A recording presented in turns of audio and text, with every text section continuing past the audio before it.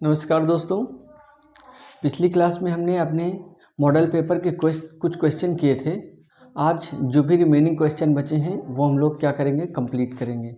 तो जो हमारा अगला क्वेश्चन है वो इन्होंने रिलेशनशिप के बारे में पूछा है, जो कि पैरासाइट्स और म्यूचुअलिज्म, अमेंसलिज्म, ये सारे रिलेशनशिप्स होते हैं, उनके बारे में पूछा है। इन्होंने जो क्वेश्चन दिया है वो ये पूछा है कि मैंगो ट्री और उस पर उगने वाले आर्किड के बीच में किस तरह का रिलेशनशिप पाया जाता है। ठीक, क्या पूछा है इन्होंने? Which type of relationship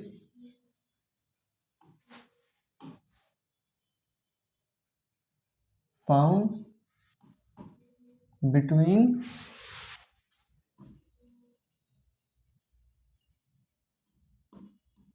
mango tree and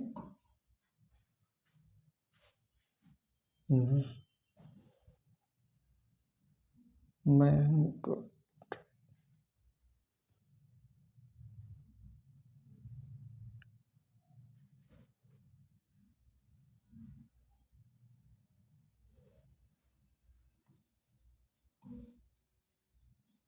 orchid plant and mango tree orchid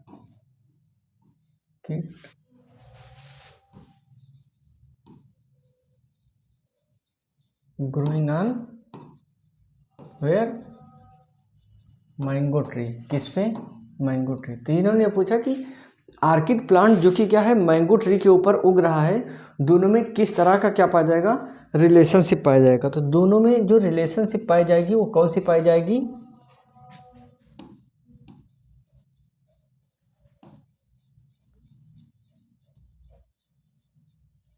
amensalism पाया जाएगा। कौन सी रिलेशनशिप पाई जाएगी? अमेंसलिज्म पाई जाएगी। इसमें होता क्या है,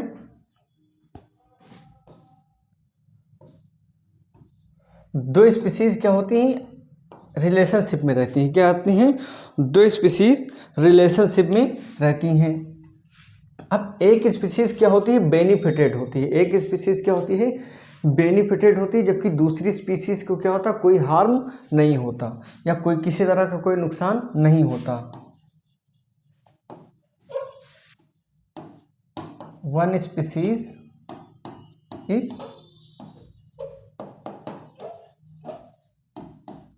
benefited, other is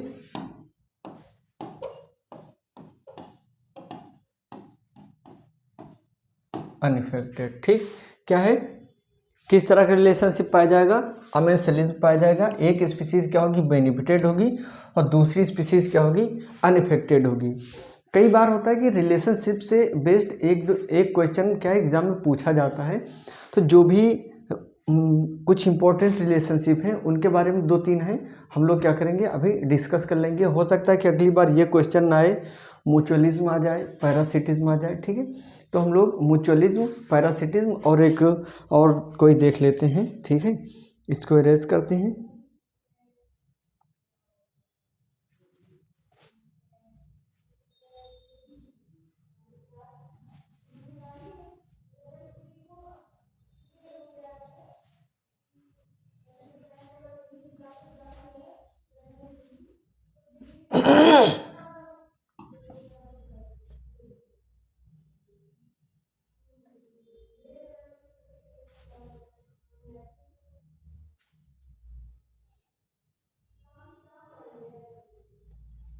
ठीक, तो हम लोग देखते हैं क्या अगला,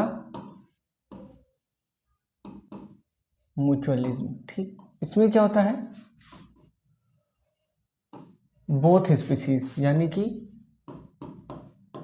दोनों स्पीसीज आर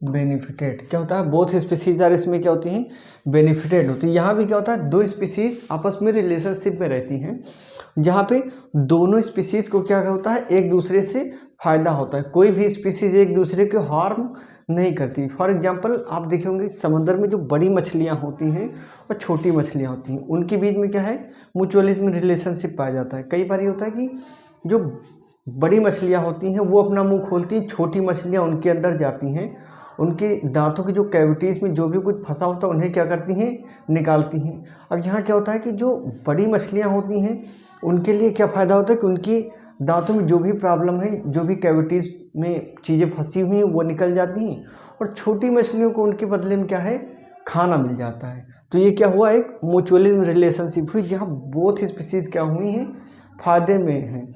एक भी स्पीसीज को क्या है, एक दूसरे से हार्म नहीं है। ठीक, किसमें, म्यूचुअलिज्म में। इसके बाद जो हम लोग पढ़ेंगे वो क्या है, अमेंसलिज्म है। क्या है, अमेंसलिज्म।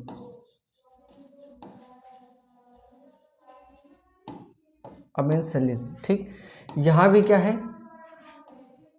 दो स्पीसीज क्या है, रहेंगी, दो स्पीसीज यहाँ रिलेशनशिप में रहेंगी। यहाँ दो स्पीसीज रिलेशनशिप में। अब यहाँ क्या होता है कि वन स्पीसीज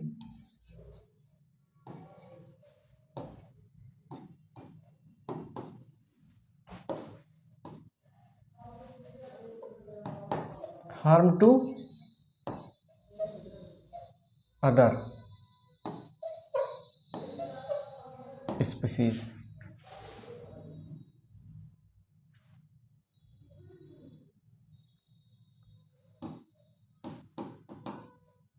ठीक, वन स्पीसीज इज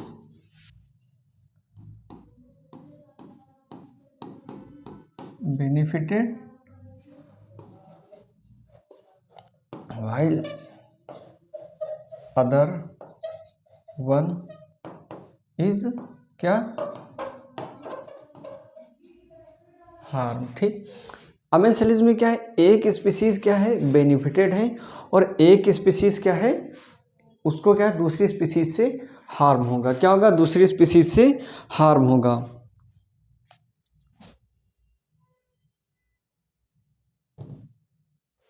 इसके बाद जो हम लोग देखेंगे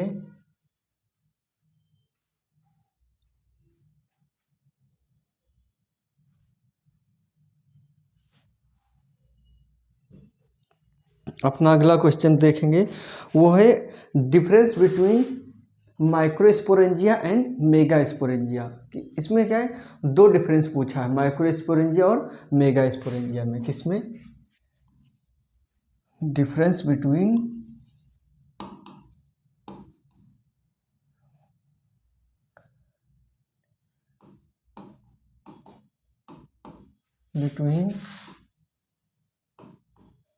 micro sporangia and mega sporangia. ठीक, क्या पूछा है, डिफरेंस बिटवीन माइक्रोस्पोरेंजिया और मेगास्पोरेंजिया। तो हम लोग क्या करते हैं, स्क्रीन को डिवाइड कर लेते हैं। एक तरफ देख लेंगे माइक्रोस्पोरेंजिया, माइक्रो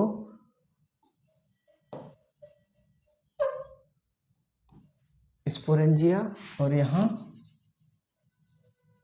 मेगा स्पोरेंजिया। ठीक है, माइक्रोस्पोरेंजिया और मेगा स्पोरेंजिया। इससे पहले हमने दो लेक्चर में माइक्रोस्पोरेंजिया मेगा स्पोरेंजिया के बारे में थोड़ा बताया है, क्योंकि यहाँ पर डिफरेंस पूछा है तो दो तीन डिफरेंस क्या करते हैं, डिस्कस कर लेते हैं। हमने आपको पहले बताया था कि माइक्रोस्पोरेंजिया क्या है, ये मेल रिप्रोडक्टिव ऑर्गन का पार्ट है। किसमें है, मेल रिप्रोडक्टिव ऑर्गन का पार्ट है कौन, माइक्रोस्पोरेंजिया। माइक्रोस्पोरेंजिया से क्या बनते हैं, मेल गैमेट्स बनते हैं। मेल गैमेट्स में क्या, पोलन ग्रेन बनते हैं। क्या होते हैं, पोलन ग्रेन। और यहाँ पे दूसरा शब्द ये है क्या, माइक्रो, यहाँ पे क्या है, मेगा। ठीक। तो सबसे पहले बात, माइक्रो का मतलब होता है छोटा, तो ये क्या होंगे, माइक्रोस्पोरेंजिया। मेगा स्पोरेंजियस क्या होंगे, बड़े होंगे।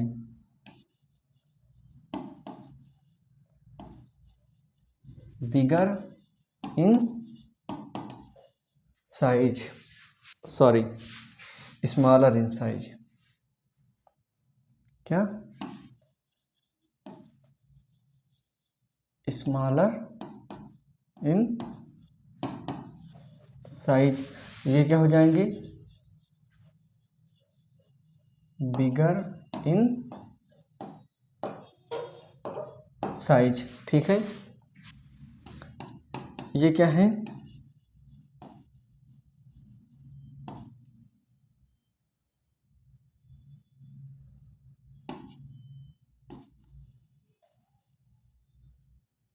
वाह,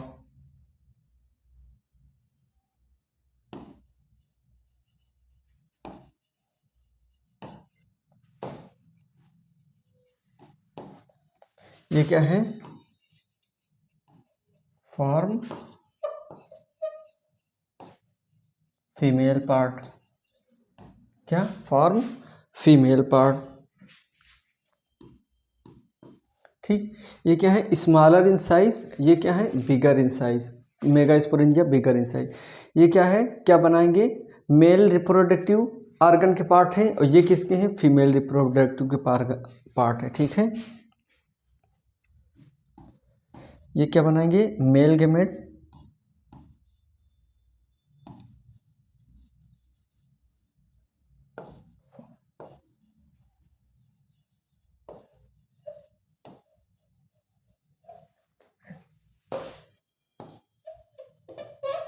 फॉर्म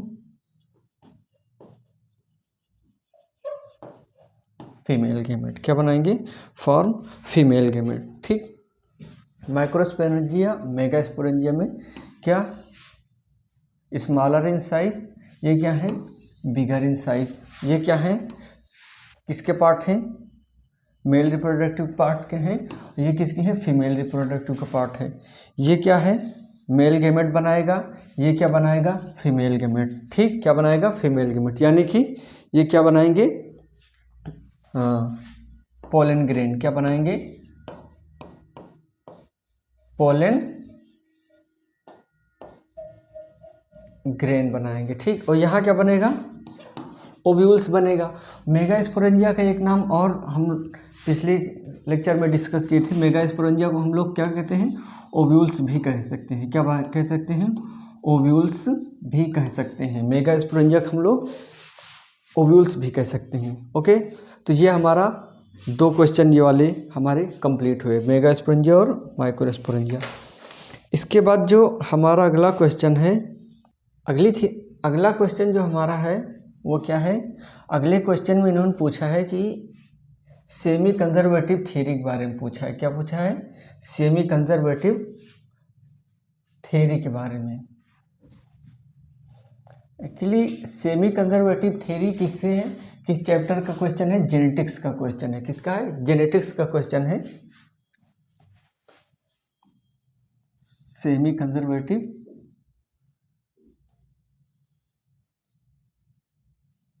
सेमी कंजर्वेटिव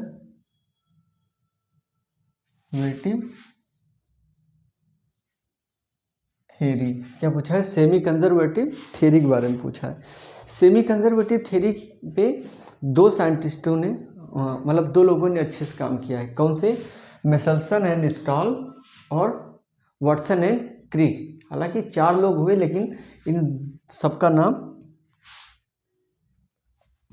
किसने, 2 साइंटिस्टों ने काम, मतलब 2 लोगों के ग्रुप ने काम किया। किसने, मेसल्सन एंड स्टॉल, और दूसरे कौन थे, वाटसन एंड क्रिक थे। कौन थे, Meselson and Stahl, Watson and Crick. और जो कंक्लूजन दिया वो नियर अबाउट दोनों लोगों का क्या था, सेम था। ठीक। इंटरमीडिएट में जितना हम लोगों को पढ़ना है कंक्लूजन में, वो बहुत डिटेल में नहीं पढ़ना अभी, ठीक। तो जो लिखना है वो कंक्लूजन की अगर हम बात करें तो दोनों लोगों का नियर अबाउट क्या था, सेम कंक्लूजन थे, इन सेम कंक्लूजन थे। दूसरी बात यहाँ पर देखिए, यहाँ टर्म लिखा हुआ है सेमी, ठीक। सेमी का मतलब क्या होता है, हाफ। क्या होता है, सेमी का मतलब क्या होता है, हाफ, ठीक। और कंजर्वेटिव, कंजर्वेटिव का मतलब कि कंजर्व करना। क्या, कहाँ से आया है शब्द, आया है कंजर्व करने से। कहाँ से आया है, कंजर्व करने से, यानी कि सुरक्षित रखने से, ठीक। तो सेमी का मतलब हार और कंजर्वेटिव टर्म किससे आया, कंजर्व करने से। तो यहाँ पर जो साइंटिस्ट ने मतलब इन लोगों ने बताया, वो क्या बताया कि एक डीएनए मॉलिक्यूल से, एक डबल हेलिक्स डीएनए मॉलिक्यूल से क्या है, दो डॉटर डीएनए के मॉलिक्यूल बनते हैं। क्या बताया, दो डॉटर डीएनए के मॉलिक्यूल बनते हैं। अब जो डॉटर डीएनए के मॉलिक्यूल बनेंगे उनमें दोनों में एक एक स्ट्रैंड क्या होगा, पेरेंट्स डीएनए का होगा। क्या होगा, पेरेंट्स डीएनए का एक एक स्ट्रैंड होगा, ठीक। एग्जाम्पल लेते हैं हम लोग, मान लेते हैं कि ये क्या है, कोई हमारा, ये हमने पेरेंट डीएनए लिया, ठीक। क्या लिया हमने, पेरेंट्स डीएनए लिया। सेमी कंजर्वेटिव के हिसाब से हमने ये पेरेंट्स डीएनए लिया, ठीक। इसमें एक स्ट्रैंड ये हो गया 1, और ये क्या हुआ, स्ट्रैंड 2 हुआ। क्या हुआ, स्ट्रैंड 1 स्ट्रैंड 2। तो इन्होंने जो बताया, इन्होंने कहा कि जो डॉटर्स डीएनए मॉलिक्यूल होंगे उनमें क्या होगा, ये दो स्ट्रैंड सेपरेट होंगे, ठीक। क्या होंगे, दो स्ट्रैंड सेपरेट होंगे। ऐसे क्या होंगे, दो स्ट्रैंड ये सेपरेट हो जाएंगे, ठीक। और इसमें एक ये क्या होगा, पेरेंट्स डीएनए का स्ट्रैंड यहाँ आएगा, ये पेरेंट्स डीएनए का स्ट्रैंड यहाँ आएगा। तो यहाँ जो हमारा बनेगा वो क्या बन जाएगा, एक स्ट्रैंड ये बनेगा, ठीक। और दूसरा स्ट्रैंड हमारा ये बनेगा, दूसरा स्ट्रैंड ये बनेगा, ठीक। और यहाँ पे क्या है, एक स्ट्रैंड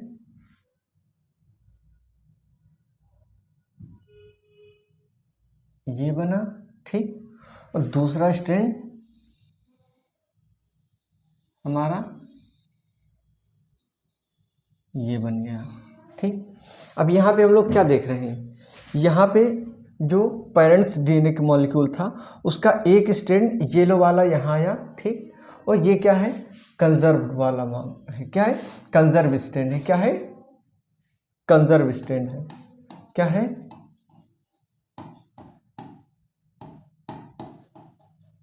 कंजर्व स्ट्रैंड है। और ये क्या है, न्यू स्ट्रैंड है। क्या है, न्यू स्ट्रैंड है, जो क्या है यहाँ पर फॉर्म हुआ है, यानी बना है। यहाँ पे देखें तो ये वाला कौन सा है, कंजर्व स्ट्रैंड है। ये वाला कौन सा है, कंजर्व स्ट्रैंड है। और ये वाला क्या है, न्यू स्ट्रैंड है। क्या है, न्यू स्ट्रैंड है, ठीक।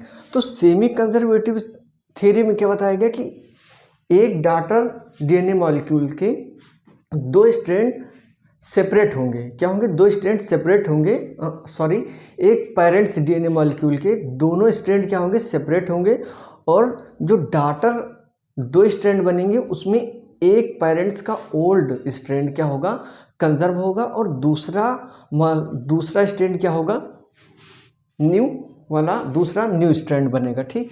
ये थी क्या, डीएनए सेमी कंजर्वेटिव थ्योरी थी। इसमें यही बताया गया कि एक जो स्ट्रैंड होगा वो इंटायरली यानी पूरी तरह से पुराना होगा और दूसरा क्या होगा, नया बनेगा। और दूसरा इन्होंने क्या बताया कि जो नया वाला स्ट्रैंड है, यानी कि ये वाला और ये वाला, ठीक, ये वाला और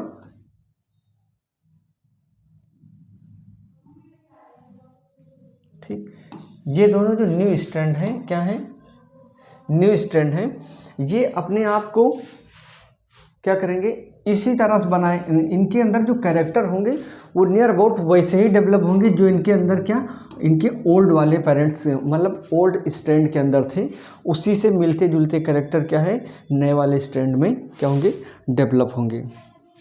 ठीक, तो ये थी हमारी क्या सेमी कंजर्वेटिव थ्योरी। क्या थी, semi conservative theory of DNA, जिसपे मिशेल्सन, स्टाल और वाटसन एंड क्रिक ने काम किया। इसका काम क्या होता है, फंक्शन क्या है, इसका काम होता है क्या,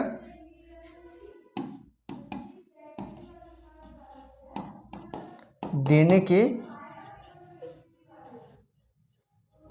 रिपेयरमेंट में। ठीक, इसका क्या है मेन काम है, क्या है,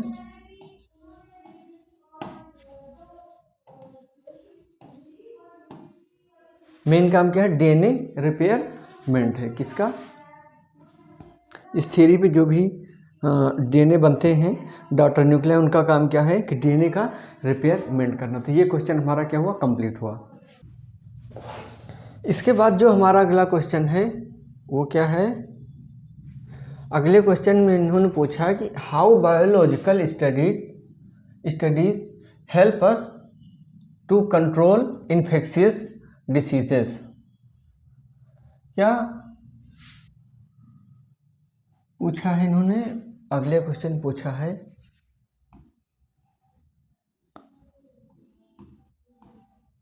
हाउ बायोलॉजिकल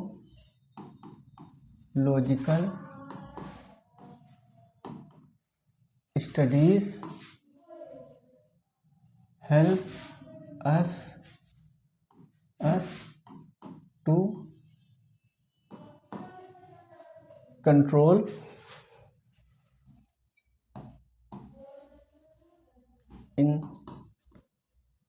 इन्फेक्शियस डिसीजेस। ठीक, डिसीजेस।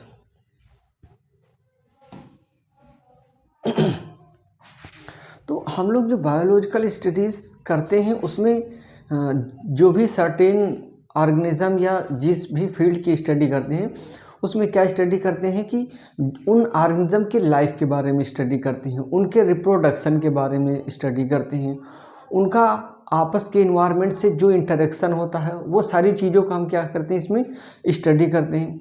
और जब हमें लिविंग वर्ल्ड को इतने अच्छे से समझने का मौका मिलेगा, इतने अच्छे से समझ पाएंगे कि उनकी हर क्रिया हर प्रतिक्रिया के बारे में समझ पाएँ, तो जाहिर सी बात है कि उनके अगले कदम के बारे में भी हम क्या कर सकते हैं, समझ सकते हैं। किसी पैथोजन जो कि डिसीज़ काज करता है, डिसीज़ फैलाता है, बीमारियां फैलाता है, उसकी ज़िंदगी के बारे में हम इतना जान जाएं कि वो किस तरह से रिप्रोड्यूस करता है, किस तरह से उसमें रिप्रोडक्शन होता है, कितनी उसकी ज़िंदगी है, उसके जीने का तरीका क्या है, किन किन चीज़ों से वो क्या है इंटरेक्ट करता है, क्या क्या उसकी रिक्वायरमेंट है। अगर इतना सब कुछ जानेंगे तो जाहिर सी बात है हम उसको क्या कर सकते हैं, मार सकते हैं, उससे कंट्रोल कर सकते हैं। ये सारी चीज़ें क्या कर सकते हैं, हम आसानी से समझ सकते हैं। तो यहाँ पर हम लोग देखते हैं, सबसे पहले हम अगर बायोलॉजिकल स्टडीज़ में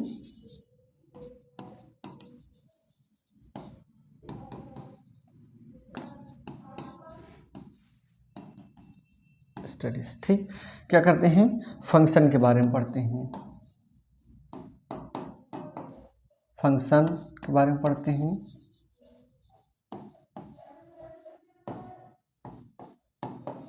रिप्रोडक्शन के बारे में पढ़ते हैं,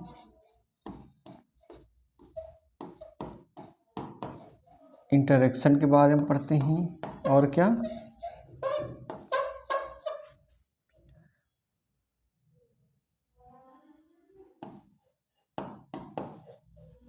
बिहेवियर का पढ़ते हैं। ठीक, क्या पढ़ते हैं, बिहेवियर पढ़ते हैं, इंटरेक्शन, फंक्शन और रिप्रोडक्शन पढ़ते हैं। किसी भी ऑर्गेनिज्म के बारे में जब हमें इतनी सारी चीज़ें पता होंगी तो उन्हें उसे क्या है कंट्रोल करना हमारे लिए बहुत आसान होगा।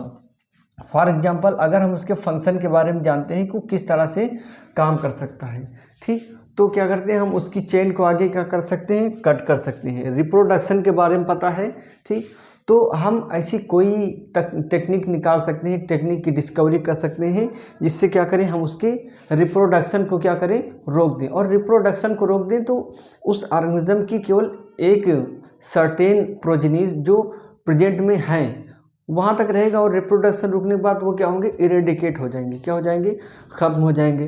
तो ये फ़ायदा है। और दूसरा इंटरेक्शंस, ठीक, जब हमें पता है कि वो किस तरह के इन्वायरमेंट में क्या कर सकते हैं, इंटरेक्ट करते हैं, किस तरह के इन्वायरमेंट में रहते हैं, कैसा इन्वायरमेंट उन्हें चाहिए, ठीक, तो उस इन्वायरमेंट में हम क्या कर सकते हैं, चेंज कर सकते हैं। उस इन्वायरमेंट में चेंज करके एक ऐसा इन्वायरमेंट डेवलप कर सकते हैं जो कि उनके लिए बिल्कुल क्या है, वातानुकूलित ना हो, और वातानुकूलित ना होने पर क्या होगा, उन्हें उनकी लाइफ के लिए क्या खतरा महसूस होगा, और वो धीरे धीरे क्या कर देंगे, इरेडिकेट हो जाएंगे, यानी कि ख़त्म हो जाएंगे। दूसरा उनके बिहेवियर के बारे में, ठीक, अगर हमें उनके बिहेवियर के बारे में पता होगा कि वो किस तरह से बिहेव करते हैं, तो ये सारी चीज़ें क्या करती हैं, हमें हेल्पफुल बनाती हैं। किसमें, बायोलॉजिकल स्टडीज़ में ये सारी चीज़ें अगर हमें पता हैं तो हमें किसी भी स्पीसीज़ को, किसी भी इन्फेक्शन और किसी भी डिसीज़ को क्या है, ख़त्म करने या इरेडिकेट करने में मदद मिलती है। इन सब चीज़ों की मदद से हम लोग क्या कर सकते हैं, मेडिसिन बना सकते हैं। क्या कर सकते हैं हम लोग, मेडिसिन डेवलप कर सकते हैं। क्या कर सकते हैं, मेडिसिन डेवलप कर सकते हैं, ठीक, और क्या कर सकते हैं, वैक्सीन डेवलप कर सकते हैं, ठीक, और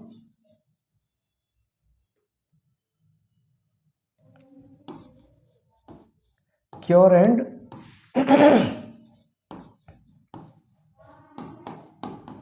प्रिवेंशन के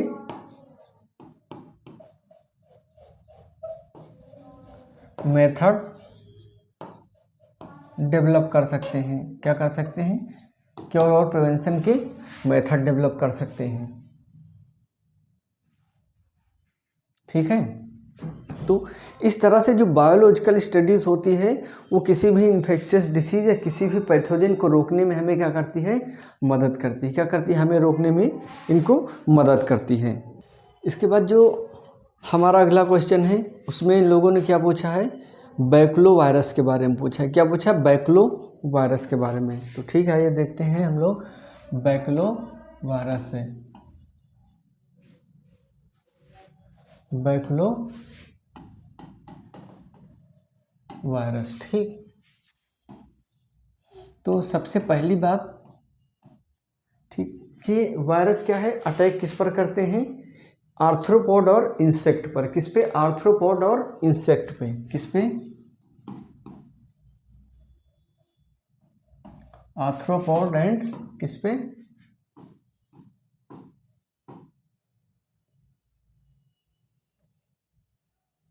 आर्थ्रोपोड और इंसेक्ट पे, ठीक। दूसरी बात, ये क्या बहुत छोटे होते हैं। क्या होते हैं, बहुत छोटे, एक्सट्रीमली स्मॉल, एक्सट्रीमली स्मॉल होते हैं। क्या होते हैं, ये बहुत ज़्यादा क्या छोटे होते हैं। इनका इस्तेमाल क्या इसमें करते हैं, पेस्ट रेसिस्टेंट क्रॉप बनाने में, ठीक, एंड इसमें पेस्ट कंट्रोल में, ठीक, पेस्ट कंट्रोल। इसके अलावा किस में करते हैं,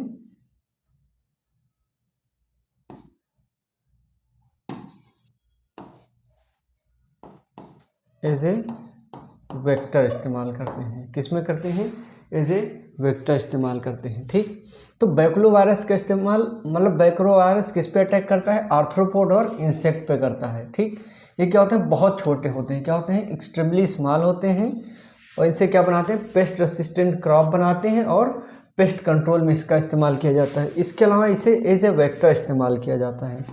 और ये क्या होते हैं, डबल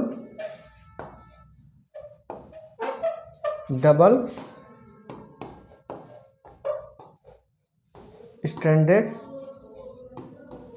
डीएनए के बने होते हैं,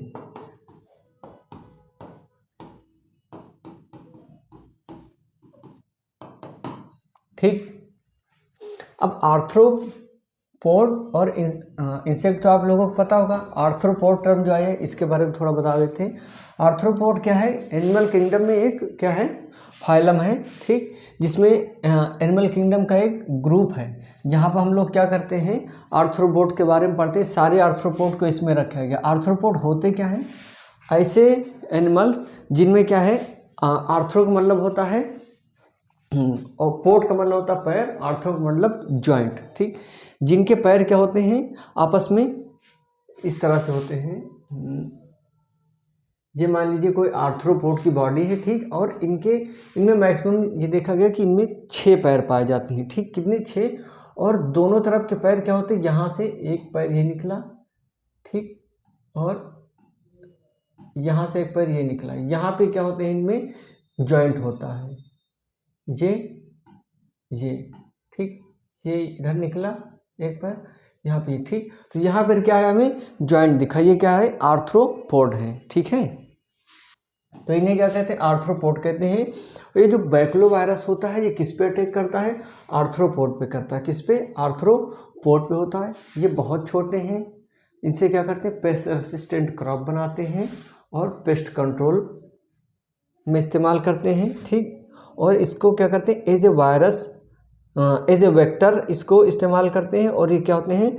डबल स्ट्रैंडेड डीएनए मॉलिक्यूल के, मतलब इसमें जो डीएनए होता है वो क्या होता है? डबल स्ट्रैंडेड डीएनए होता है, ठीक। इसके अलावा अब हम लोग एक दो टर्म जो है पढ़ना है वो क्या है? एज ए वेक्टर, ठीक। एज ए वेक्टर हम लोग पढ़ेंगे कि कैसे इसको इस्तेमाल करते हैं एज ए वेक्टर। हम लोगों ने इससे पहले जेनेटिक इंजीनियरिंग और बायोटेक्नोलॉजी के बारे में 2 से 3 क्वेश्चन डिस्कस किए हैं। 2 या 3 क्वेश्चन हम लोगों ने डिस्कस किए हैं, ठीक। तो वही चीज़ यहाँ पर भी है। इसमें एज ए वेक्टर इसको जो इस्तेमाल करते हैं वो किस में करते हैं? जेनेटिक इंजीनियरिंग की फील्ड में और बायोटेक्नोलॉजी की फील्ड में इस्तेमाल करते हैं। एज ए वेक्टर इस्तेमाल कैसे करते हैं? मान लीजिए कि कोई पेस्ट रेसिस्टेंट क्रॉप बनानी है, ठीक, या ऐसा कोई पेस्ट रेसिस्टेंट बनाना है, ठीक। तो उसके लिए क्या है कि जो भी क्रॉप हमें बनानी है उसमें इस वायरस को क्या करना है? इंजेक्ट करना पड़ेगा। उसमें इस वायरस को क्या करना पड़ेगा? डालना पड़ेगा। उसके बाद इसमें जो डीएनए मॉलिक्यूल हैं वो क्या करेंगे? लगातार डिवाइड होंगे और उसको पेस्ट रेसिस्टेंट क्रॉप बनाएंगे, ठीक। तो क्या आते हैं? एज ए वेक्टर,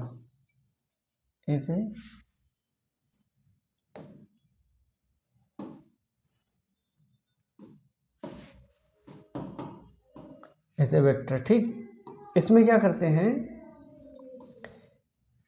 एक वायरस को लेते हैं, ठीक, उसमें मतलब एक स्पीसीज जिसे पेस्ट रेसिस्टेंट बनाना होता है उसको लेते हैं, ठीक। और वायरस को क्या करते हैं? एज ए वेक्टर इस्तेमाल करते हैं। उसके कुछ जीन्स जो डिज़ायरेबल जीन्स होते हैं, जो क्वालिटी हमें उस अगली वैरायटी में हमें चाहिए, ठीक, वो वैरायटी डेवलप करने के लिए, ठीक, इस तरह समझते हैं। मान लेते हैं एक ए है, ठीक, ये क्या है? बी है, ठीक। यहाँ पे कोई एक क्वालिटी है, क्या है? प्रोटीन है, क्या है? प्रोटीन है, ठीक। और इसको हमें क्या करना है? यहाँ पे क्या करना है? डेवलप करना है, ठीक। तो इसको इस स्पीसीज में डेवलप करने के लिए हमें किसकी ज़रूरत पड़ेगी? एक वेक्टर की ज़रूरत पड़ेगी। इसमें इसको क्या करने के? ट्रांसमिट करने के लिए, ठीक। इसके ये जो जीन्स होंगे, जिन जीन्स से प्रोटीन क्या है? डेवलप होती है, या जिन जीन्स पर प्रोटीन की कोडिंग होती है जीन प्रोटीन बनने के लिए, उन जीन्स को क्या करेंगे? सबसे पहले हम किस में डालेंगे? वेक्टर में डालेंगे। किस में डालेंगे? इस बैक्लोवायरस नाम के वेक्टर में डालेंगे। फिर इसको वायरस को उठाकर क्या करेंगे? इस स्पीसीज को क्या करेंगे? इससे इन्फेक्ट करा देंगे। क्या करेंगे? इस स्पीसीज को इससे क्या करेंगे? इन्फेक्ट करा देंगे। अब इस वायरस के अंदर क्या है? ये प्रोटीन डेवलप करने वाले जीन्स पड़े हुए हैं, जिसमें प्रोटीन डेवलप करने की कोडिंग है, वो जीन्स यहाँ पर पड़े हुए हैं। जब हम इसको इससे क्या करेंगे? इन्फेक्ट कराएंगे यहाँ। तो इन्फेक्ट कराने के बाद क्या होगा? इन्फेक्ट कराने के बाद इसमें इन डीएनए मॉलिक्यूल्स का क्या होगा, डेवलपमेंट होगा, और ये क्वालिटी क्या होगी, इसमें भी डेवलप हो जाएगी। ठीक, तो इस तरह इसको क्या करते हैं, एज ए वेक्टर भी इस्तेमाल करते हैं। किसको, बैक्लो वायरस को।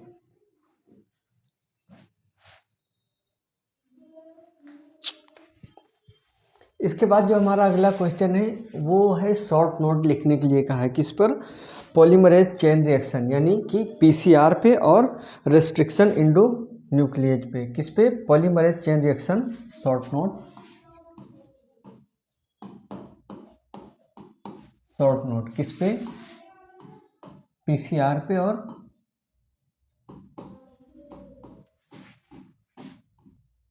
रेस्ट्रिक्शन इंडो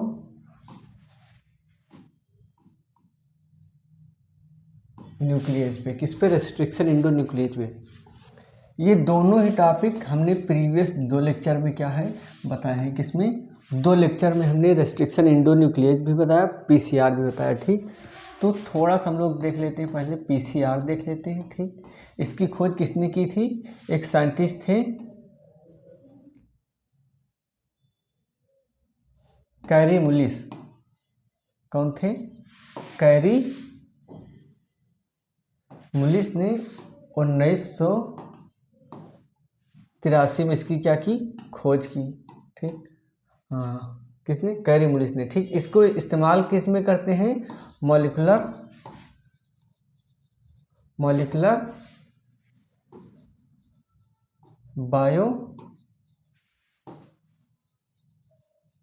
बायोलॉजी में करते हैं। ठीक, इसमें क्या कहते हैं,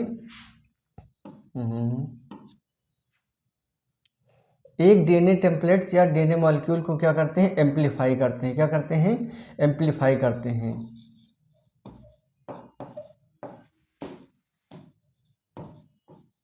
मॉलिक्यूल को क्या करते हैं, एम्पलीफाई करते हैं। क्या करते हैं, इसमें एम्पलीफाई करके क्या करते हैं, पता लगाते हैं किस चीज का,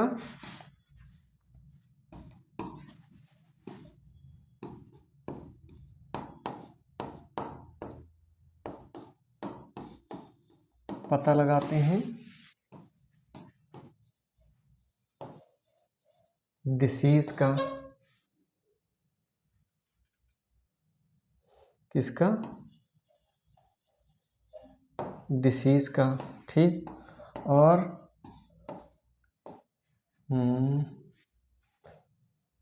वैक्सीन बनाने में इस्तेमाल करते हैं। किसमें बनाने में,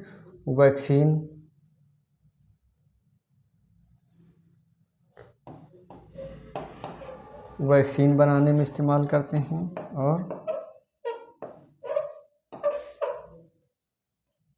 जीन थेरेपी।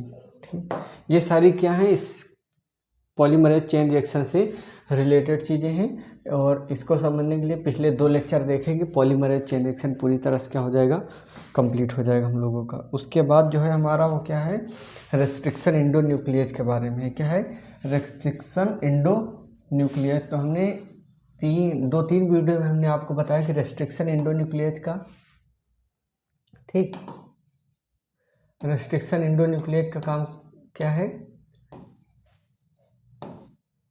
डीएनए मॉलिक्यूल को क्या, फ्रेगमेंट में क्या, तोड़ना।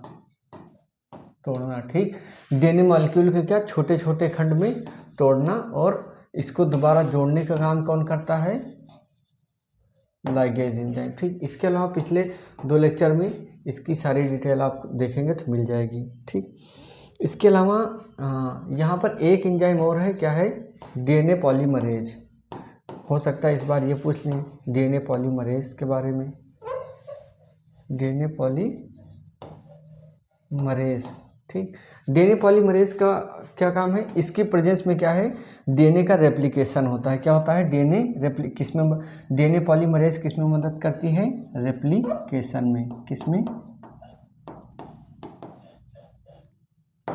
रेप्लिकेशन में। अभी आगे इसको हम एक हेडिंग डाल के थोड़ा सा इसके बारे में और समझेंगे, किसके, डीएनए पॉलीमरेज और रेप्लिकेशन के बारे में, जहाँ पे हालांकि इस मॉडल पेपर में जो हम बताएंगे रेप्लिकेशन, ट्रांसक्रिप्शन, ये दिया नहीं हुआ है, लेकिन माइट बी पॉसिबल कि इस बार क्वेश्चन में पूछ लें बोर्ड में, तो हम लोग ट्रांसक्रिप्शन, रेप्लिकेशन, ये सारी चीज़ें भी देख लेंगे।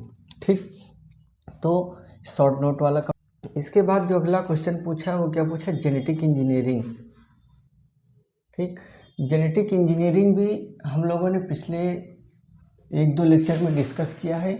यहाँ पर हम लोग इसका ओवरव्यू कर लेते हैं जेनेटिक इंजीनियरिंग का। ठीक है, जेनेटिक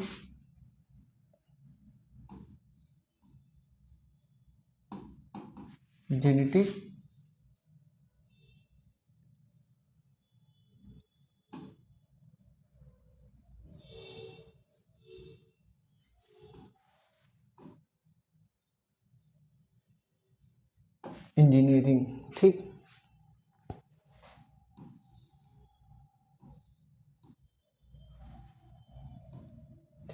जेनेटिक इंजीनियरिंग में क्या होता है कि जो जीन्स होते हैं उनको मॉडिफाई करके हम लोग अपने डिज़ायर्ड यानी मनचाही चीज़ों को क्या करते हैं, प्राप्त करते हैं। मनचाही चीज़ों में क्रॉप्स हुई, वैक्सीन हुई, मेडिसिन हुई, क्या हुई, इन सारी चीज़ों को हम लोग क्या है अपने तरीके से जीन्स को मॉडिफाई करके क्या कर सकते हैं, प्राप्त कर सकते हैं। और इस प्रोसेस को क्या कहते हैं, जेनेटिक इंजीनियरिंग। क्योंकि यहाँ पर क्या है, जीन्स के अंदर क्या है, हम लोग इंजीनियरिंग का इस्तेमाल करते हैं। जीन्स को तोड़ते हैं और तोड़ के फिर से जोड़ते हैं और जिस तरह की चीज़ हमें चाहिए प्राप्त कर लेते हैं। ठीक, जीन्स में क्या करके चेंज करते हैं, जीन्स की कोडिंग में, जीन्स में चेंज करके अपनी डिज़ायरेबल चीज़ क्या करते हैं, प्राप्त करते हैं। किसमें, जेनेटिक इंजीनियरिंग में। ठीक, और इनका इस्तेमाल कहाँ करते हैं,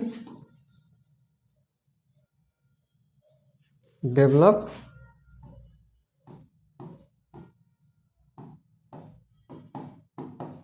वैरायटीज ऑफ क्रॉप। ठीक,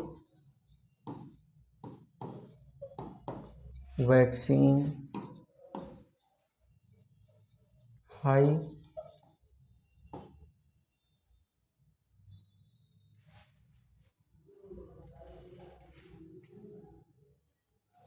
यील्ड क्रॉप, हाई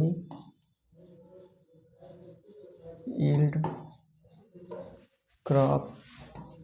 ठीक, और क्या, ड्रग्स एंड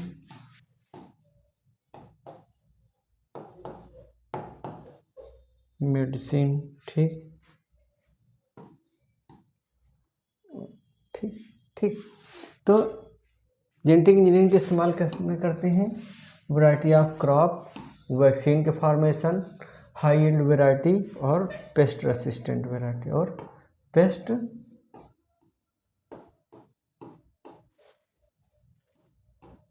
रेसिस्टेंट वैरायटीज। ठीक, ड्रग्स और मेडिसिन के बनाने में और पेस्ट रेसिस्टेंट क्रॉप्स वैरायटीज़ के बारे में तो हमने ये सारी चीज़ें इससे पहले डिस्कस की हैं। ठीक, जैसे कि ये हमने कहा कि डेवलप वैरायटीज़ ऑफ क्रॉप्स। ठीक, तो यहाँ पर क्या करते हैं, हम जीन्स में चेंज करके क्रॉप्स की नई वैरायटी का क्या करते हैं, बनाते हैं। नई वैरायटीज़ को क्या करते हैं, हम प्रोड्यूस करते हैं, जिसमें क्या करते हैं, हम जो भी हमारी डिज़ायर होंगी, जिन भी चीज़ों की हमें ज़रूरत होगी, उन क्रॉप्स में क्या करते हैं, इंसर्ट कर देते हैं। क्योंकि जेनेटिक इंजीनियरिंग में जो मेन प्रोसेस है वो क्या है, इंसर्शन ऑफ जीन और दूसरा क्या है, डिलीशन ऑफ जीन्स। ठीक, डिलीशन ऑफ जीन्स। ठीक, तो क्या करते हैं, जब हमें कोई डिज़ायरेबल चीज़ चाहिए होती, जैसे किसी क्रॉप में हमें क्या करते हैं, प्रोटीन की वैल्यू बढ़ाना है, कार्बोहाइड्रेट की वैल्यू बढ़ाना है, तो हम दो लेते हैं, ए और बी, दो तरह की क्या करते हैं, क्रॉप्स लेते हैं। मान लीजिए बी वाली में क्या है, प्रोटीन की वैल्यू ज़्यादा है और ए वाले में नहीं है, तो हम क्या करेंगे, बी वाली वैरायटी से प्रोटीन यील्डिंग जो जीन्स होते हैं जिस पर उसकी कोडिंग है, उसको क्या करते हैं, ए वाले में क्या करेंगे, इंसर्ट कर देंगे। अब ए वाली में ये क्या है, ये क्वालिटी आ जाएगी। इसी तरह मान लीजिए कोई बीमारी है, ठीक, उसको हम लोगों ने क्या किया, जेनेटिक इंजीनियरिंग से सही करनी है, नॉर्मली नहीं सही हो रही, तो हम क्या करेंगे, सबसे पहले उस जीन को पहचानेंगे। ठीक, जिस पर इसकी क्या है, इस बीमारी की कोडिंग है, जहाँ जिस जीन्स की वजह से ये बीमारी फैल रही है, उसको क्या कर देंगे, जेनेटिक इंजीनियरिंग में ले जाके उसे क्या कर देंगे, डिलीट कर देंगे। डिलीट करने के बाद इस बीमारी से हमें क्या करेगा, क्या मिलेगा, छुटकारा मिल जाएगा। तो इस तरह से जेनेटिक इंजीनियरिंग इस्तेमाल करते हैं। दूसरा है वैक्सीन्स का बनाना, ठीक। तो वैक्सीन्स के बनाने में भी क्या करते हैं, इस्तेमाल करते हैं इसको। और हाई यील्डिंग क्रॉप्स के बारे में, इसमें भी सेम प्रोसेस होता है। क्या करते हैं, क्रॉप की क्या है, प्रोडक्शन या उत्पादक क्षमता क्या करते हैं, हम अपने एग्रीकल्चर में बढ़ाते हैं। तीसरा क्या है, ड्रग्स और मेडिसिन बनाना, ठीक। इसमें भी सेम प्रोसेस का इस्तेमाल करते हैं, ड्रग्स और मेडिसिन। फिर पेस्ट रेसिस्टेंट वैरायटी, इससे पहले हमने आपको डिटेल में क्या है, बीटी कॉटन वाला प्रोसेस समझाया है। कौन सा, बीटी कॉटन, बैसिलस थुरिनजेंसिस का प्रोसेस पूरा समझाया है। तो जेनेटिक इंजीनियरिंग का इस्तेमाल इस तरह से करते हैं, ठीक। ये हमारा ओवरव्यू हुआ, क्योंकि डिटेल वाली वीडियो इससे पहले लेक्चर में हमने अपलोड की है। तो ये जेनेटिक इंजीनियरिंग का ओवरव्यू हुआ।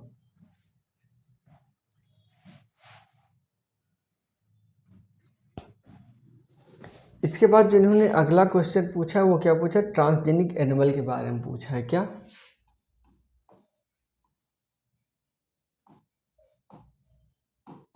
ट्रांसजेनिक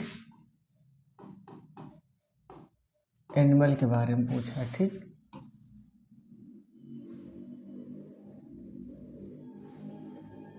ट्रांसजेनिक एनिमल, ये भी हम लोग क्या है, जेनेटिक इंजीनियरिंग या बायोटेक्नोलॉजी के थ्रू क्या बनाते हैं, ट्रांसजेनिक एनिमल बनाते हैं। यहाँ पे क्या करते हैं, हमें एनिमल्स में, हम लोग क्या करते हैं, यहाँ पे एनिमल्स में अपनी डिज़ायरेबल चीज़ें क्या करते हैं, डेवलप कर लेते हैं। डिज़ायरेबल चीज़ें का मतलब कि ये नहीं कर सकते कि एनिमल पर पेड़ पौधे नहीं उगा सकते।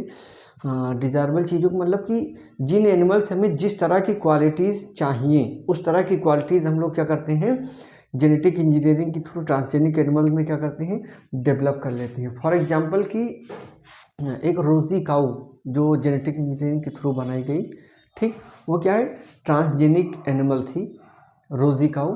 उसमें क्या है कि हम लोगों ने ऐसे जीन्स डेवलप किए जो कि उसके मिल्क में एक प्रोटीन का प्रोडक्शन बढ़ाई। और वो प्रोटीन क्या है, नॉर्मली ह्यूमन मदर्स में पाई जाती थी, ठीक। उस प्रोटीन को हमने क्या किया, उस रोज़ी काऊ में क्या किया, डेवलप कराया। क्यों डेवलप कराया, क्योंकि नॉर्मली हम लोग देखते हैं कि आजकल मदर जो है ह्यूमन चाइल्ड्स को फीड कराने में कई बार होता है कि हिचकती भी हैं, और कई बार ये भी होता है कि फीड कराने में कुछ प्रॉब्लम्स होती हैं कि मिल्क प्रोडक्शन क्या होता है, कम होता है। तो उसके लिए हमारे साइंटिस्ट ने क्या किया, एक रोज़ी काऊ नाम की एक ट्रांसजेनिक काऊ का डेवलपमेंट किया। अब यहाँ पर क्या किया, कुछ जीन्स में चेंज किए गए जिससे कि उस काऊ के मिल्क में उस प्रोटीन का डेवलपमेंट हुआ, जो कि नॉर्मल काऊ में नहीं था, ठीक। तो इस तरह से ट्रांसजेनिक एनिमल में दो प्रोसेस होते हैं। क्या होते हैं, जीन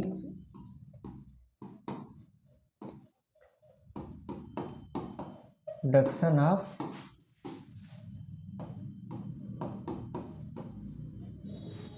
डिजायरेबल जीन। इस जीन को कहेंगे क्या, ट्रांसजीन।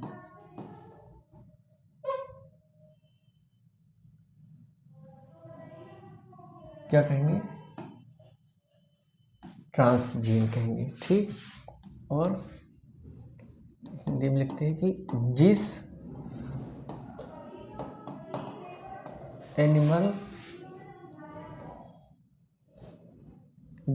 एनिमल में इसे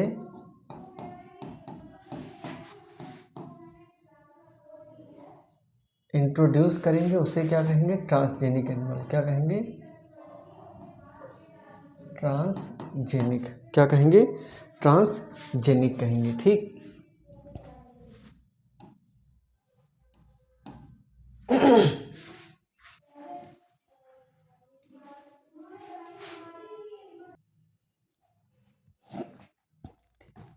तो इन कैरेक्टर्स को ट्रांसजेनिक एनिमल में इंट्रोड्यूस कराने के लिए हमें किस चीज़ की ज़रूरत पड़ती है, वेक्टर की पड़ती है। किसकी ज़रूरत पड़ती है, वेक्टर्स की ज़रूरत पड़ती है। ठीक, ये जो वेक्टर मेथड, और भी कई मेथड हैं इंट्रोड्यूस कराने के लिए, जो ये वेक्टर मेथड है ये सबसे अच्छा मेथड माना जाता है, वेक्टर मेथड। अब यहाँ पर क्या करते हैं, कोई एक वायरस लेते हैं, अभी पिछले 2 मिनट पहले हमने आपको समझाया कि यहाँ पर क्या करते हैं, एक वायरस लेते हैं और उस वायरस के अंदर उस डिज़ायरेबल जीन्स को क्या करते हैं, इंट्रोड्यूस कराते हैं। क्या करते हैं, इंट्रोड्यूस कराते हैं। फिर उस वायरस से क्या करते हैं, इस ट्रांसजेनिक एनिमल को क्या करते हैं, इन्फेक्ट कराते हैं। ठीक, क्या करते हैं, वायरस लेते हैं, क्या करते हैं, वायरस लेते हैं। उसके बाद अगला स्टेप क्या है, हाँ, इससे क्या करते हैं, डिज़ायरेबल जीन्स से क्या, जीन्स को इसमें क्या करते हैं, इंट्रोड्यूस करते हैं, को इंट्रोड्यूस करते हैं। ठीक, फिर इसको इंट्रोड्यूस करने के बाद वायरस को क्या करते हैं,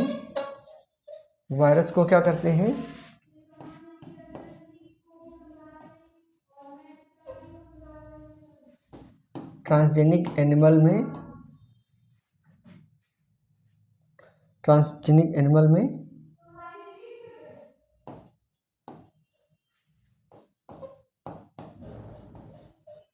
इंट्रोड्यूस करते हैं, या क्या करते हैं, ट्रांसजेनिक एनिमल को इससे क्या करते हैं, इन्फेक्ट कराते हैं। ठीक, और जैसे ही ट्रांसजेनिक एनिमल इस वायरस से क्या करेगा, इन्फेक्ट होगा, इसके अंदर क्या है, इस पर्टिकुलर जीन्स का डेवलपमेंट होगा और वो क्वालिटी, जो क्वालिटी हम चाहते हैं वो ट्रांसजेनिक एनिमल में क्या होगी, डेवलप हो जाएगी। इसके एग्जांपल्स की बात करें, ठीक, तो इसके एग्जांपल्स में जो सबसे पहले बनाया गया था वो क्या गया था, एक चूहा बनाया गया था, यानी कि माइस बनाया गया था। सबसे फर्स्ट टाइम पे क्या बनाया गया था, एक माइस बनाया गया था। ठीक, तो इसमें क्या किया गया था कि इसमें एक ब्लू कलर का इन्फ्लोरेसेंस था। ठीक, इसमें डेवलप किया गया था। उसको लाइट में रखने से उसकी आँखों से और उसके बालों से एक ब्लू कलर की लाइट, मतलब एक अलग तरह का कलर दिखता था। ठीक, तो पहला एग्जांपल क्या था, माइस था। उसके बाद क्या था, रोजी काऊ। क्या, रोजी काऊ। इसमें क्या है, एक नई तरह की प्रोटीन डेवलप की गई थी जो नॉर्मली क्या है, ह्यूमन फीमेल्स में पाई जाती है। नॉर्मली क्या है, वो ह्यूमन फीमेल के मिल्क में पाई जाती है। वो चीज़ किसमें, रोजी काऊ में डेवलप किया गया। किस लिए डेवलप किया गया, क्योंकि इसका डेवलपमेंट करने का रीज़न ये था कि जो लोग ब्रेस्ट फीडिंग कराने में सक्षम नहीं हैं उनको अलग से उन बच्चों को सेम क्वालिटी का मिल्क प्रोवाइड कराया जा सके। ठीक, तो ये हुआ हमारा ट्रांसजेनिक एनिमल।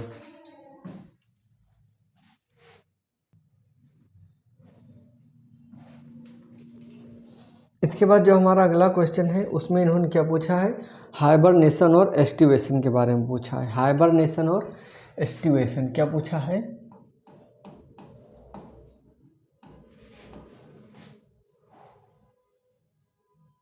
हाइबरनेशन एंड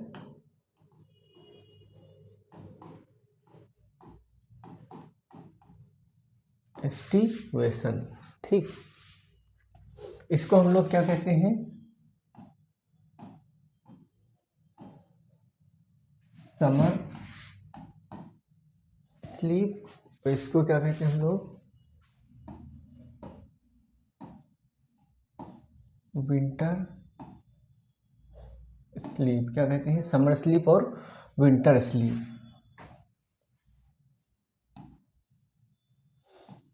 ये क्या है, फिजियोलॉजिकल प्रोसेस है। क्या है, फिजियोलॉजिकल प्रोसेस है। ठीक, किस लिए होते हैं, सर्वाइवल। किस लिए होते हैं, सर्वाइवल के लिए होते हैं। किसके लिए, सर्वाइवल के लिए होते हैं। ठीक, अब देखिए हाइबरनेशन और एस्टिवेशन होते क्या हैं। हम लोग सभी जानते हैं कि एनिमल्स दो तरह के होते हैं, एक कोल्ड ब्लडेड और एक वार्म ब्लडेड।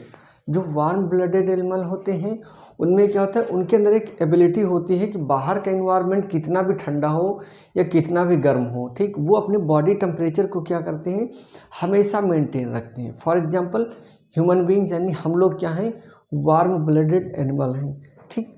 हमारी बॉडी को जो टेम्परेचर होता है वो ठंडी कितनी भी तेज़ हो, हमारी बॉडी ठंडी नहीं पड़ती, उसका बाहर के इन्वायरमेंट का हमारी बॉडी पे इफ़ेक्ट क्या होता, नहीं पड़ता। या फिर गर्मी कितनी भी तेज़ हो, कभी ऐसा नहीं होता कि बहुत तेज़ गर्मी हो तो हम बिल्कुल गर्म होते चले जाएं, ऐसा नहीं होता। हमारी बॉडी का टेम्परेचर जो मई जून में रहता है वही टेम्परेचर क्या है, जनवरी में भी रहता है।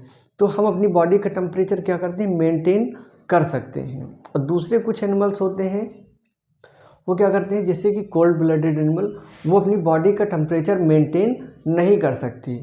उनकी बॉडी का टेम्परेचर बाहर के टेम्परेचर पे क्या करता है, डिपेंड करता है। जो उनके इन्वायरमेंट में टेम्परेचर होगा उससे उनकी बॉडी क्या करती है, हमेशा अफेक्टेड रहेगी।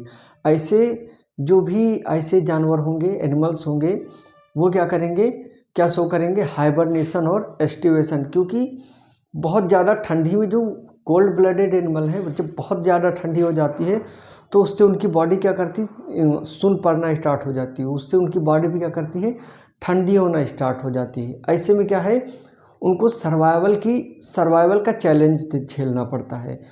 उनके सामने एक चैलेंज ये होता है कि उस इन्वायरमेंट में वो किस तरह से क्या करें, सर्वाइवल करें, किस तरह से उस इन्वायरमेंट से बच के अगले इन्वायरमेंट के लिए क्या करें, खुद को बचाएं।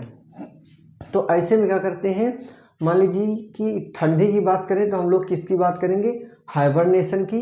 और गर्मी की बात करेंगे तो क्या करेंगे, समर, यानी कि समर की बात करें तो क्या करेंगे, एस्टिवेशन की, ठीक। ये दो तरह की होती हैं, इन्हें स्लीप बोलते हैं। यहाँ पर एनिमल्स क्या करते हैं, ठंडी में बहुत ज़मीन के अंदर चले जाते हैं, ठीक, ऐसी जगह जहाँ पर टेम्परेचर का इफेक्ट ना हो, या फिर कोई ऐसी जगह जहाँ टेम्परेचर का इफेक्ट ना हो। और दूसरा एस्टिवेशन में ऐसी जगह जाते हैं, गर्मियों में क्या है, ऐसी जगह जाते हैं जहाँ गर्मी कम पड़ती हो या गर्मी का असर क्या हो, ना पड़ता हो। ऐसी जगह पर ये अपनी बॉडी का टेम्परेचर क्या करते हैं, मेंटेन करते हैं। और ये ऐसी कंडीशन होती है जहाँ पे ये अपनी बॉडी की सारी रिएक्शंस को क्या करते हैं, रिटार्ड कर देते हैं। रिटार्ड का मतलब क्या, बहुत कम कर देते हैं। बस इनका इतना काम होता है कि अपनी जान को बचाए रखना, और जान को बचाए रखने के लिए बस अपनी बॉडी में बस उतने ही रिएक्शन करते हैं जिससे कि ये उस मौसम को क्या कर सकें, झेल सकें, उस मौसम को पार करके अगले मौसम के लिए क्या करें, खुद को तैयार कर सकें। तो यहाँ पर इनमें जो भी मेटाबॉलिक रिएक्शंस होती हैं वो क्या करते हैं, बिल्कुल लोवेस्ट कर देती हैं। मेटाबॉलिक रिएक्शन जो कि दो तरह की होती हैं, कैटाबॉलिज्म और एनाबॉलिज्म, जिस पे हमारी पूरी बॉडी की या जो भी लिविंग बींग्स उनकी बॉडी की सारी डिपेंडेंसी किस पर है, मेटाबॉलिक रिएक्शन पर डिपेंड करती है। तो मेटाबॉलिक रिएक्शन क्या कर देंगे, कम कर देंगे, ठीक, क्या कर देंगे, सर्वाइवल के लिए है मेटाबॉलिक रिएक्शन क्या कर देते हैं, मेटाबॉलिक रिएक्शन रिटार्ड कर देते हैं, रिटार्ड यानी कि कम कर देते हैं, ठीक। और हार्ट रेट क्या कर देते हैं, वो भी कम कर देते हैं। हार्ट रेट भी क्या कर देते हैं, कम कर देते हैं, और ज़मीन के अंदर चले जाते हैं। आप लोगों ने देखा होगा कि बहुत ज़्यादा गर्मी और बहुत ज़्यादा ठंडी में हमें अपने घर में छिपकली दिखाई नहीं देती, यानी कि रेप्टाइल्स, ठीक। तो इसका एग्जाम्पल क्या है, रेप्टाइल्स हैं, क्या है, रेप्टाइल्स हैं। और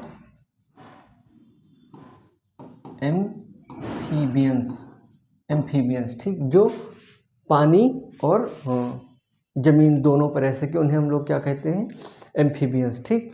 तो हम लोग देखते हैं कि बहुत ज़्यादा गर्मी में हम लोगों को अपने घर में क्या करती, छिपकली नहीं दिखाई देती। इसके अलावा अगर हम एम्फीबियंस में मेढक की बात करें तो हम लोग देखते हैं कि गर्मियों में मेढक बहुत कम दिखाई देते हैं, सर्दियों में मेढक बहुत कम, मतलब ना के बराबर दिखाई देते हैं। लेकिन जैसे ही रेनिंग स्टार्ट होती है हमें अपने चारों तरफ क्या करते हैं, मेढक दिखना स्टार्ट हो जाते हैं। अब ऐसा तो है नहीं कि गर्मी और ठंडी में मेढक नहीं थे, बारिश हुई, मेढक तुरंत पैदा हुए और बड़े हो गए, ठीक, इतना साइमल्टेनियस ये प्रोसेस पॉसिबल नहीं है। मेढक क्या करते हैं, ज़मीन के अंदर चले जाते हैं, काफ़ी गहराई में चले जाते हैं और वहाँ पे अपनी सारी मेटाबॉलिक रिएक्शन, हार्ट बीट और ब्रीथिंग रेट, ये सारी क्या करती हैं, रिटार्ड पोजीशन में रखती हैं, मतलब बिल्कुल लो के बराबर कम कर देते हैं और बिल्कुल पड़े रहते हैं। ठीक, इनमें स्किन से अपनी सांसें लेना बंद कर देते हैं। स्किन से क्या करते हैं, जो भी ऑक्सीजन आसपास होती है उसको एब्जॉर्ब करते हैं और इस मौसम को क्या करते हैं, इस मौसम से बचने के लिए लेटे रहते हैं, स्लीप में रहते हैं और जैसे ही रेनिंग आती है इनको पता चलता है, फिर से क्या करते हैं, धीरे धीरे ऊपर आते हैं और अपनी नॉर्मल लाइफ फिर से स्टार्ट करते हैं। ठीक, तो ये क्या है, हाइबरनेशन और एस्टिवेशन। इसे हम लोग विंटर स्लीप कहते हैं। ठीक, और इसे क्या कहते हैं, समर स्लीप कहते हैं। क्या कहते हैं, समर स्लीप कहते हैं। इसके अलावा एक प्रोसेस और होता है, वो क्या होता है, माइग्रेशन होता है। क्या होता है, माइग्रेशन।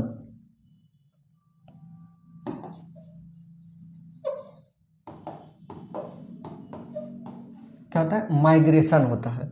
माइग्रेशन में क्या होता है कि मान लीजिए कोई सर्टेन स्पीसीज है जो एक जगह पे रह रही है। ठीक, और वहाँ पे बहुत ज़्यादा गर्मी पड़ रही है। ठीक, या फिर बहुत ज़्यादा ठंडी पड़ी, बहुत ज़्यादा बरसात हुई, या किसी तरह का कोई चैलेंज आया जिसकी वजह से वो स्पीसीज़ वहाँ पे सरवाइव करने, उस स्पीसीज़ को वहाँ पे सरवाइव करने में क्या हो रही, दिक्कत हो रही है, या वहाँ पे उसको खाना नहीं मिल रहा है, ऐसी कोई भी कंडीशन आई तो ये क्या करेगी, वहाँ से माइग्रेट होकर कहीं ऐसी जगह चली जाएंगी जहाँ पे ये सरवाइव कर सकते हैं, जहाँ पे ये सरवाइव कर सकते हैं। तो इसमें एक और क्या चीज़ है, इस्तेमाल होता है माइग्रेशन। स्पीसीज क्या करती हैं, माइग्रेट करती हैं। क्या करती हैं, माइग्रेट करती हैं। किसमें, तो ये हुआ हाइबरनेशन और एस्टिवेशन। ठीक, आप लोगों को जाहिर बात, आई होप कि आप लोगों को समझ में आ गया होगा क्या, हाइबरनेशन और एस्टिवेशन। इसके बाद एक अगला क्वेश्चन पूछा है, इक्टोथर्मल और इंडोथर्मल एनिमल। क्या पूछा है, इक्टोथर्मल और इंडोथर्मल एनिमल। क्योंकि टॉपिक दोनों एक दूसरे से रिलेटेड हैं तो इसको हम लोग यही समझ लेते हैं, इक्टोथर्मल और इंडोथर्मल एनिमल।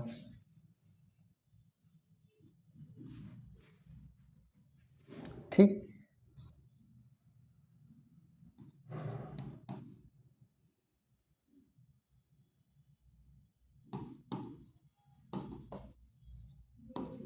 इक्टोथर्म और यहाँ पर हम लोग क्या लिखते हैं, इंडोथर्म। ठीक, इंडो का मतलब होता है अंदर,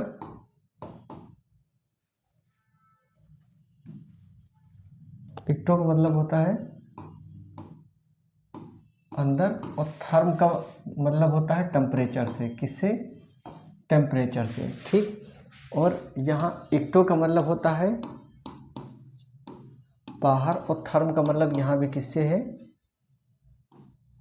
टेम्परेचर से। ठीक, तो यहाँ जो भी एनिमल्स पाए जाएंगे, इक्टोथर्म में जो एनिमल पाए जाएंगे, अभी जैसे कि हमने हाइबरनेशन एस्टिवेशन में बताया कि जो इक्टोथर्मल एनिमल होंगे ये अपनी बॉडी को क्या है, अपनी बॉडी का टेम्परेचर मेंटेन नहीं कर सकते।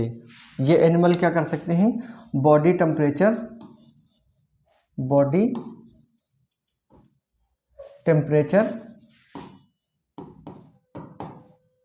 मेंटेन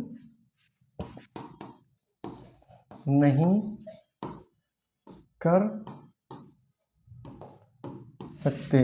ठीक,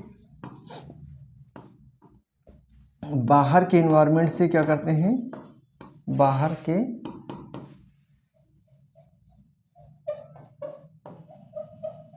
इन्वायरमेंट से प्रभावित होते हैं, से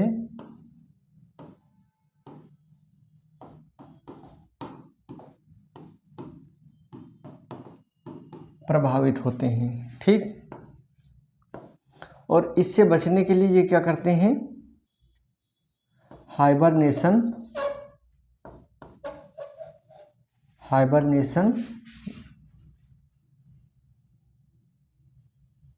इससे बचने के लिए क्या करते हैं,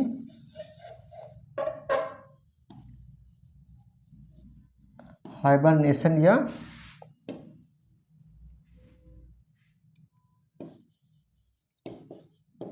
एस्टिवेशन वेसन क्या करते हैं, हाइबरनेशन या एस्टिवेशन। इससे बचने के लिए क्या करेंगे, हाइबरनेशन या एस्टिवेशन करेंगे। कौन, इक्टोथर्म एनिमल। कौन, इक्टोथर्म एनिमल। एग्जाम्पल के लिए हम लोग क्या ले लेते हैं, एग्जाम्पल की बात करें तो रेप्टाइल्स और एम्फीबियन की बात करेंगे। किसके, रेप्टाइल्स और एम्फीबियन की बात करेंगे। इसके अलावा हम लोग आए इंडोथर्म्स में। ठीक, तो इसके जो एग्जाम्पल की हम बात करेंगे वो उसमें क्या होंगे,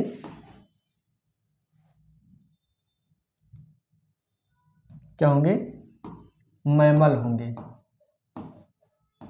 क्या होंगे, मैमल होंगे। और क्या होंगी, बर्ड होंगी। क्या होंगी, मैमल्स और बर्ड्स होंगी। ठीक, तो मैमल यानी कि हम लोग, ठीक, और बर्ड्स यानी कि चिड़िया। ठीक, तो इसके एग्जांपल में बर्ड्स और एनिमल होंगी। इनके अंदर क्या एबिलिटी होती है, अपनी बॉडी इन्वायरमेंट को, बॉडी टेम्परेचर को क्या करते हैं, बॉडी टेम्परेचर को मेंटेन कर सकते हैं। बॉडी टेम्परेचर को क्या कर सकते हैं, मेंटेन कर सकते हैं। क्या करते हैं, बॉडी टेम्परेचर को मेंटेन कर सकते हैं। बाहर के इन्वायरमेंट का फर्क इन पर